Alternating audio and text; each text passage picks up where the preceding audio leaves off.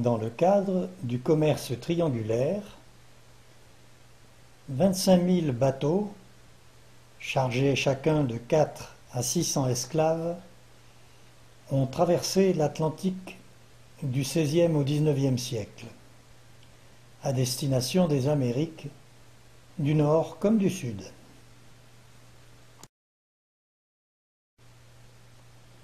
Deux ou trois navires négriers s'échouèrent dans les années 1650 sur la côte de l'île antillaise de Saint-Vincent, où ils furent recueillis par les indigènes Caraïbes.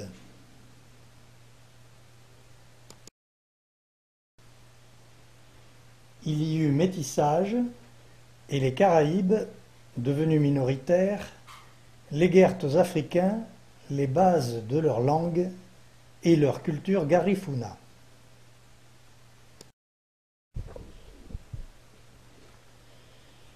Après une longue lutte, ils furent envahis par les Anglais en 1796.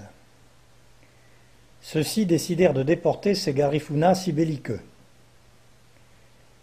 5000 d'entre eux furent alors parqués, sans vivres, sur une île microscopique des Grenadines. Quelques mois plus tard, les 2000 survivants sont embarqués sur 8 navires à destination de l'île de Roatan, au large de la côte du Honduras.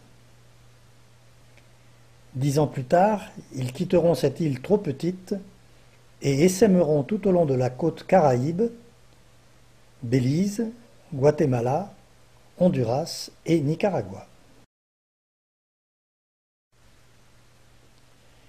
Triunfo de la Cruz est un des villages qu'ils ont créés sur la côte hondurienne.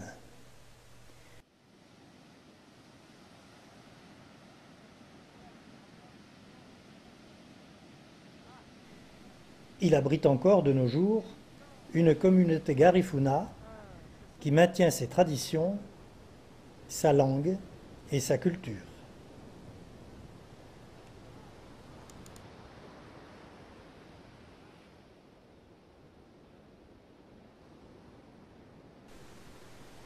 Le tourisme naissant et très dilué n'a fort heureusement pas altéré le paysage ni les comportements.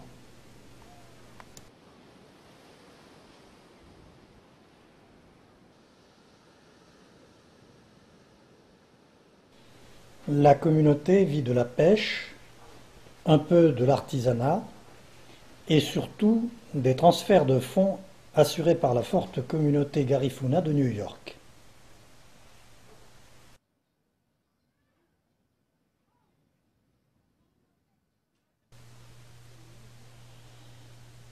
La Maison de la Culture, comme les autres bâtiments, est constituée d'une toiture en feuilles de palmier soigneusement entrecroisées dans des lattes en bois.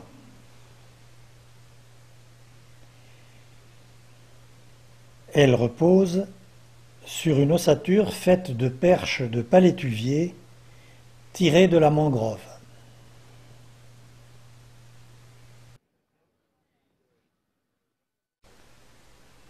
Les Garifuna continuent à pratiquer des danses très marquées du métissage entre Afrique et Caraïbes.